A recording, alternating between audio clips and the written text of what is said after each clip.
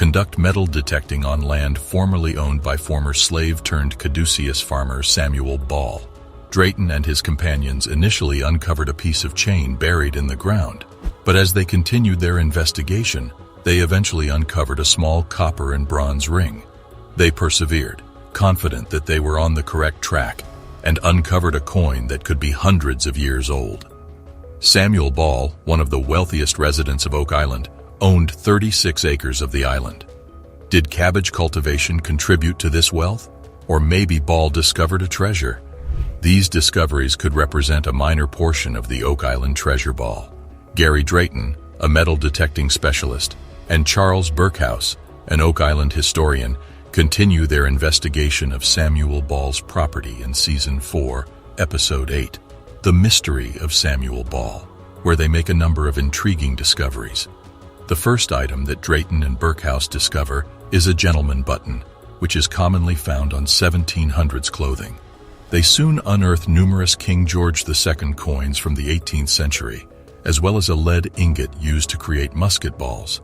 Drayton hypothesizes that these artifacts are the remnants of a military camp, after uncovering what appears to be an engraved metal tag from the bottom of a handgun.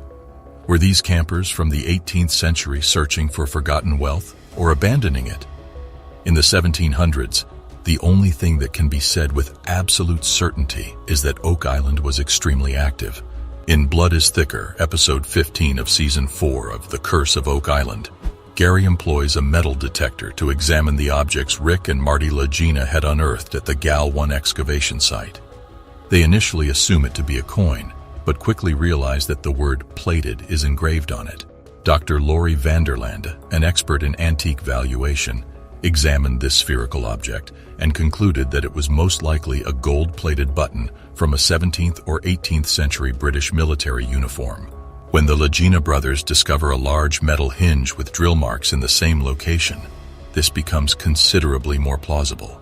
Dr. Vanderlande examined it and concluded that it was from the same time period. Even more intriguing is the fact that it was frequently used as a hinge on treasure chests.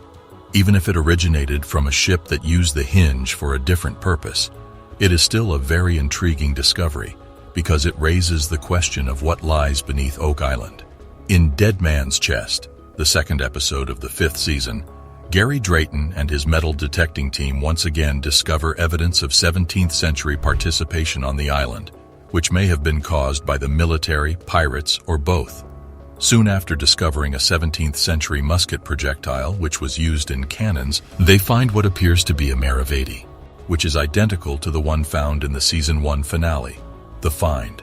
This coin is unique because it has been cut into tiny pieces. Oak Island entered a new era when the dust subsided and the significance of the discovery became apparent. The long-held legend had finally come true, permanently altering the fate of the island.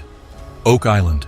Specific museums, exhibits, and research facilities have emerged, revealing the island's enthralling history and incredible discovery story. The Oak Island treasure symbolized human perseverance and the ceaseless pursuit of the unknown. It served as a monument to the ability of the human spirit to solve even the most difficult challenges.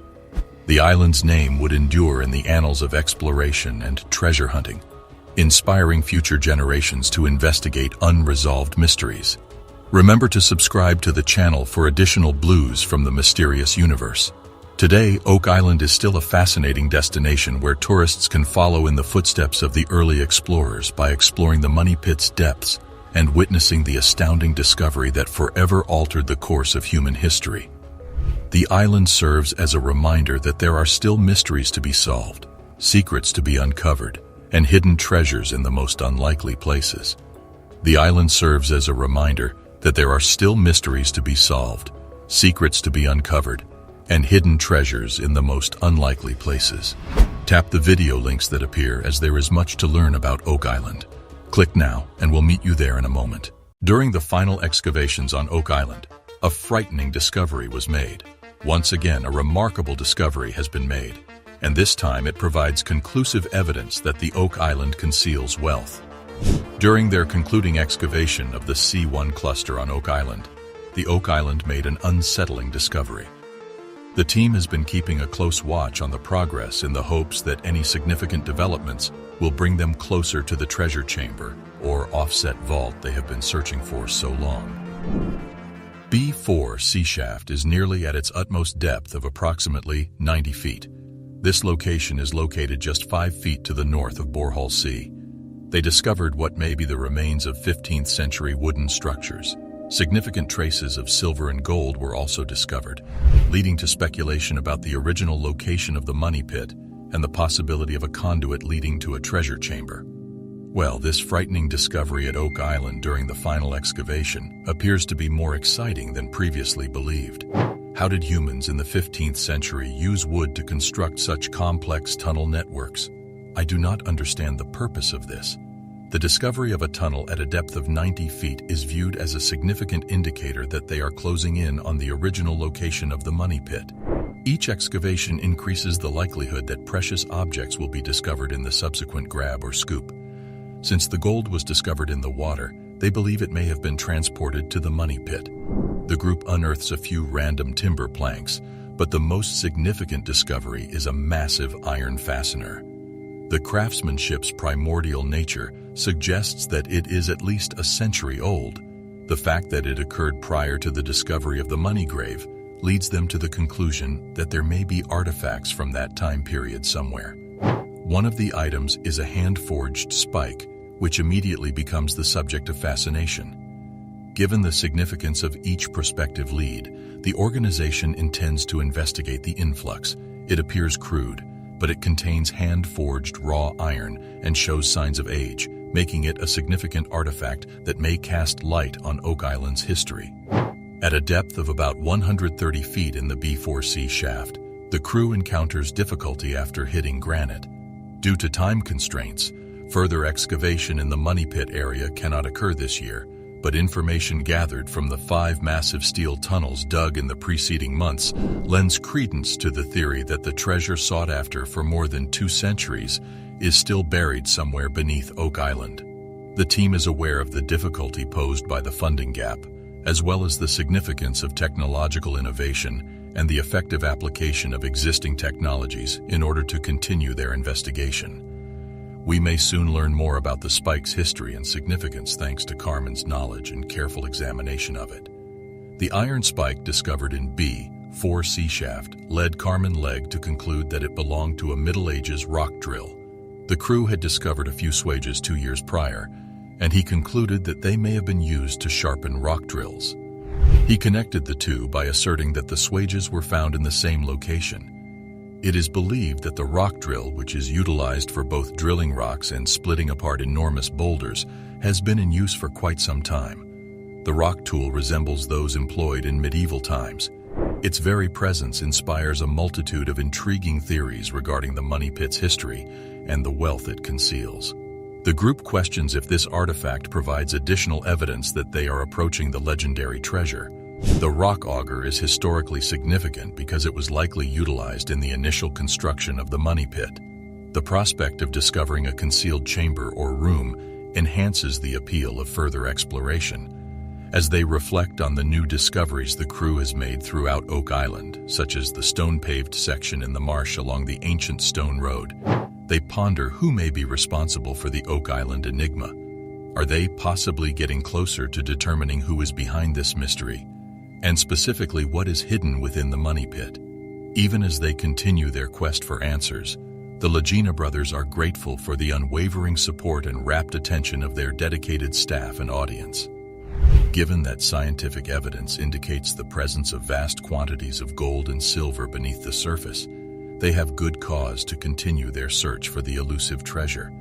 As they continue to make new openings and discoveries that provide them with valuable new information, the crew remains optimistic regarding their overall progress. The discovery of the artisanal spike adds to their growing body of knowledge in this discipline, which was used to calculate the precise elevations of the tunnel.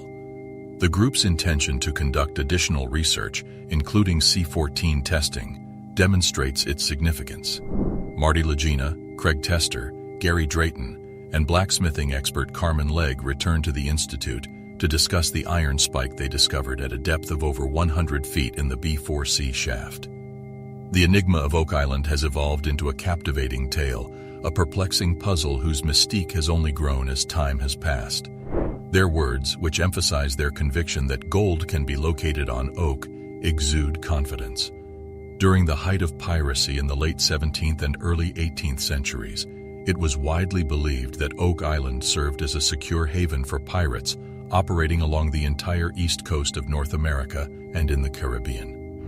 This notion has existed since the beginning of island exploration. They pondered whether this was the location where a pirate commander had hidden his loot. As they proceeded deeper into the tunnel, however, water began to fill it. This was owing to the peculiar location of the island they were working on, which was above a glacial mound. Despite the fact that no treasure was ever discovered on Oak Island, the legend surrounding the purported location of the loot has been so captivating for the past 225 years that visitors have been making the voyage there. Over time, others began searching for wealth all over the island, not just in the money pit dug by McGinnis and his companions. However, what is the treasure casket intended to contain? As a young man, Franklin Delano Roosevelt, who would later become the 32nd President of the United States, became intrigued by the topic after his father, who had business interests in Nova Scotia, provided details about the rumored wealth. This was the result of FDR's father's involvement in the province. The onset of the Second World War in Europe prevented him from traveling to Oak Island in 1939, despite his efforts to keep apprised of the most recent information about the island throughout the remainder of his life. In a similar vein, two prominent actors from the middle of the 20th century, Errol Flynn and John Wayne, funded expeditions to search for the Oak Island treasure. Despite their lack of success, they continue to unearth evidence that fascinates and confounds people in equal measure. Be sure to subscribe and enable post notifications for more timely updates on fascinating new discoveries. Numerous individuals have a variety of plausible and implausible hypotheses regarding the contents of the Oak Island treasure.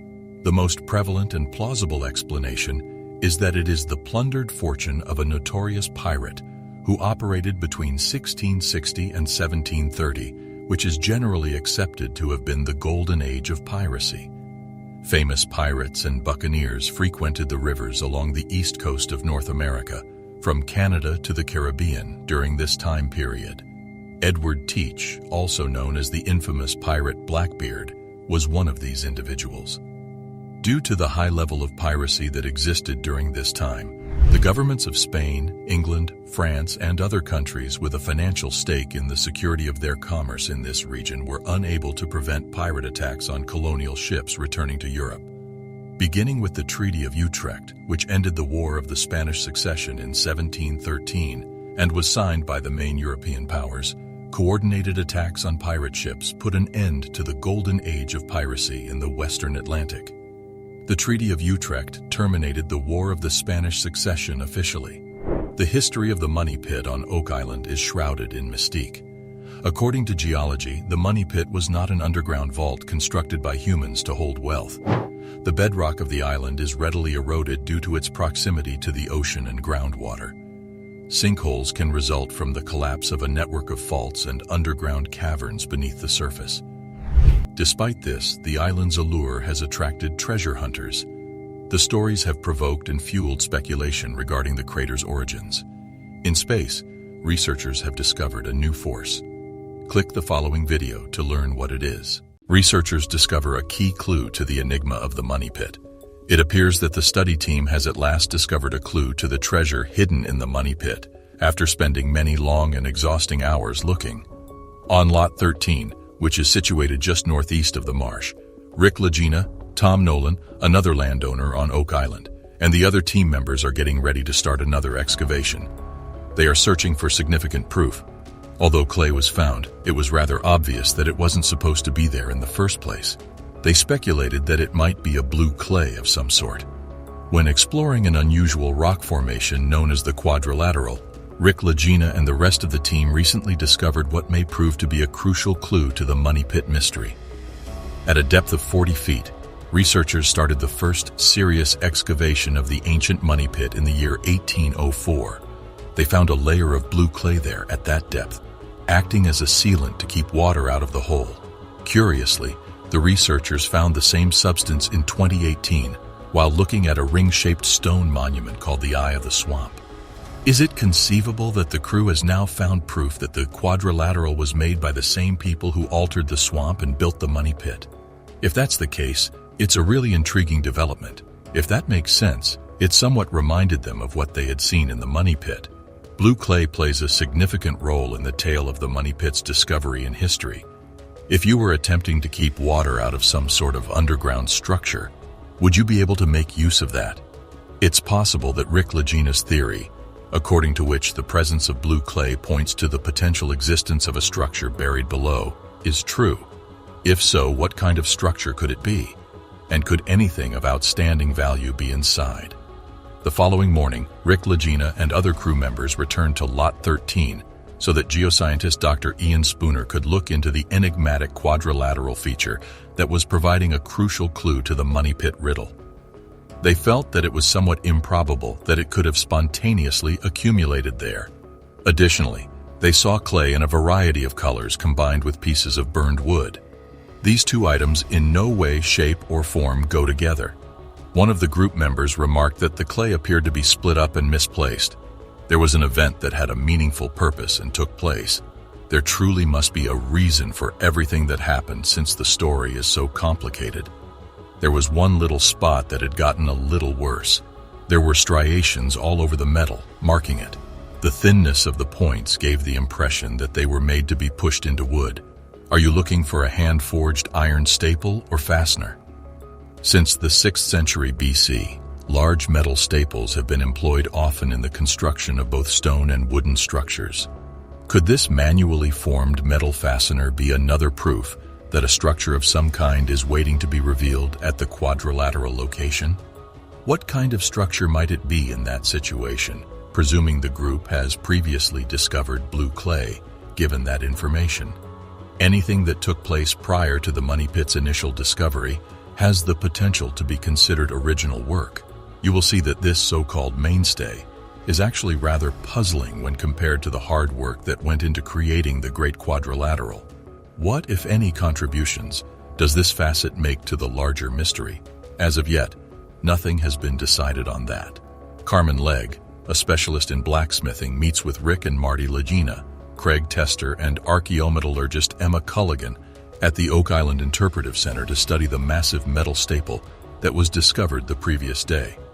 Its starting point is a fantastic quadrilateral. Even though it was a strange geometric figure, they had no notion what the specific feature represented. They have found no others of its kind on the island before. There are now countless conjectures regarding the type of wealth that might be hidden on the island, as well as how it got there. However, the William Phipps theory has won over a lot of supporters and is supported by a lot of data. The theory was refuted by writer and history enthusiast Hammerson Peters in a recent video that was posted to his YouTube channel. The majority of the information presented in the movie is taken from the book Oak Island and Its Lost Treasure, which first made the strong case for the conspiracy. The Peters have proposed the following idea, which can be summed up as follows. During the 17th century, William Phipps was a skilled explorer, and the English supported him financially. The Protestant majority, including the political elite and aristocracy, developed a strong dislike for the Catholic king when King James II came to power in 1685. James II adhered to Catholicism, or to put it another way, they planned to depose him. The following stories are word-of-mouth legends from the late 18th century because there is so little information about the early treasure-related operations that occurred on Oak Island that has been objectively verified. It took many years after the incident before publishers began to pay attention to this kind of activity and look into the stories involved. The tale of a treasure found by a settler named Daniel McGinnis was published for the first time in 1857. This is the story's earliest known telling.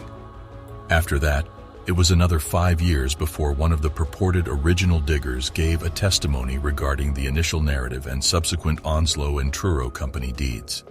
The earliest settlers in the region heard tales of a dying crew member of Captain Kidd's ship. The man said that Captain Kidd had hidden £2 million worth of treasure on the island. Captain Kidd passed away in 1701. According to the most widely recognized version of the story, Daniel McGinnis came across a dip in the ground in 1799 while looking for a place to build a farm. McGinnis asked for help from other people in order to dig because he believed that the depression fit with the legend surrounding Captain Kidd. With the aid of two people only known by the names John Smith and Anthony Vaughan, he dug out the pit and found a layer of flagstones 2 feet, 61 centimeters below the surface. The earliest documents, however, merely mention marks of some sort at these intervals.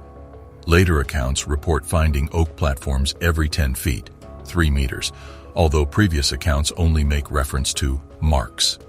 The various legends also mention the tool marks or pick scratches on the hole's walls. The soil was not as well packed as the soil around it, and it was visibly loose. The three men reportedly stopped their digging at a depth of 9.1 meters, 30 feet, because of superstitious dread. In an alternative interpretation of the story, all four of the main characters are portrayed as teenagers. According to this account, McGinnis first learns of the slump in 1795 while on a fishing excursion. The rest of the story proceeds in the same manner as the first, with the logs discovered as its focal point, but it ends with the four people giving up after they have gone as far as they can. For more current discovery stuff, remember to subscribe. They continued to excavate until they reached a depth of around 90 feet, 27 meters, where they discovered layers of logs, or marks, spaced about 10 feet, 3 meters apart. They also discovered a large stone with symbols engraved onto it, as well as layers of charcoal, putty, and coconut fiber. When the hole unexpectedly filled with water to a depth of 60 feet, 18 meters, the situation for the diggers grew challenging. The alleged dig was finally given up on after repeated fruitless attempts by workers to retrieve the riches from below by excavating a tunnel starting at a second shaft that was equally flooded.